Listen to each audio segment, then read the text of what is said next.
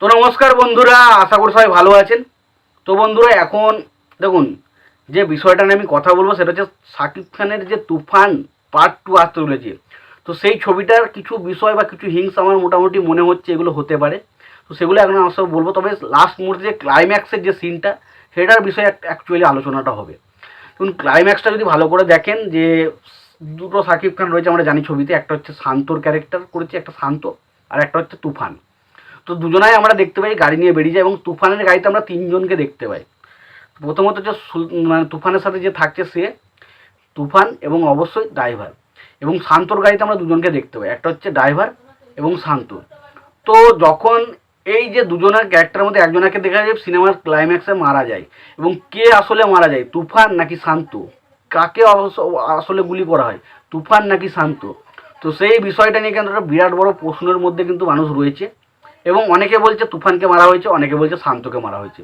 But কে আসলে তুফান, কে আসলে শান্ত, কে মারা হয়েছে, সেটা কিন্তু আমরা ভালো করে যদি লক্ষ্য করেন, সেটা নিয়ে এখন আলোচনা করছি।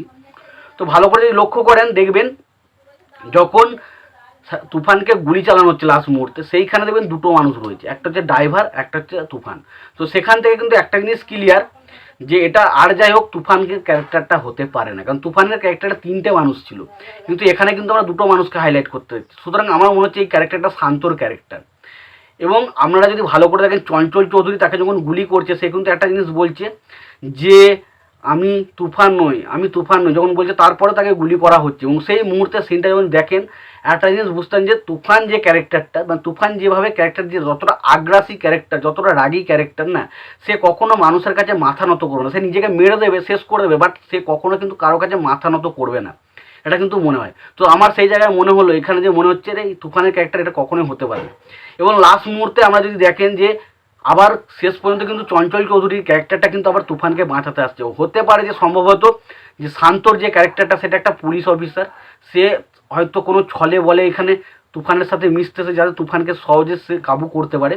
আর এখন বিষয় হচ্ছে, হতে পারে যে চঞ্চল চৌধুরী এবং এই শান্তর ক্যারেক্টারটা বিরাট কিছু একটা প্ল্যান তারা করছে, এবং সম্ভবত আমার মনে হচ্ছে এই শান্তর ক্যারেক্টারটা কিন্তু তুফানের সাথে পরে পরে তুফান পার্ট 2-তে কিন্তু লড়তে চলেছে। এবং সম্ভবত আমার মনে হয় তুফান ভার্সেস চঞ্চল চৌধুরী যে ক্যারেক্টারটা, সে তার সাথে, এবং তার পাশাপাশি শান্তর ক্যারেক্টারটা, এই দুটো ক্যারেক্টার ভার্সেস কিন্তু শাকিব খানের ক্যারেক্টারটা হতে চলেছে। আমার এটা কিন্তু মনে হচ্ছে তুফান পার্ট 2-এ। তো দেখা যাক সেটা হয় কি না। এবং তোমাদের এই ক্লাইম্যাক্সটা নিয়ে কী মতামত, কে মারা গিয়েছিল, তুফান নাকি শান্ত, সেটা তোমরা অবশ্যই কমেন্ট বক্সে কমেন্ট করে জানিয়ে দিও। আর সবশেষে একটাই কথা বলবো, যদি ভিডিওটি পছন্দ হয় অবশ্যই লাইক কমেন্ট শেয়ার করে দিও। চ্যানেলটা নতুন হয়ে থাকলে অবশ্যই চ্যানেলটি সাবস্ক্রাইব করে নিয়ে পাশে বেল আইকনটা অবশ্যই প্রেস করে দিও। ভালো থেকো, সুস্থ থেকো, দেখাচ্ছে পরে ভিডিওতে।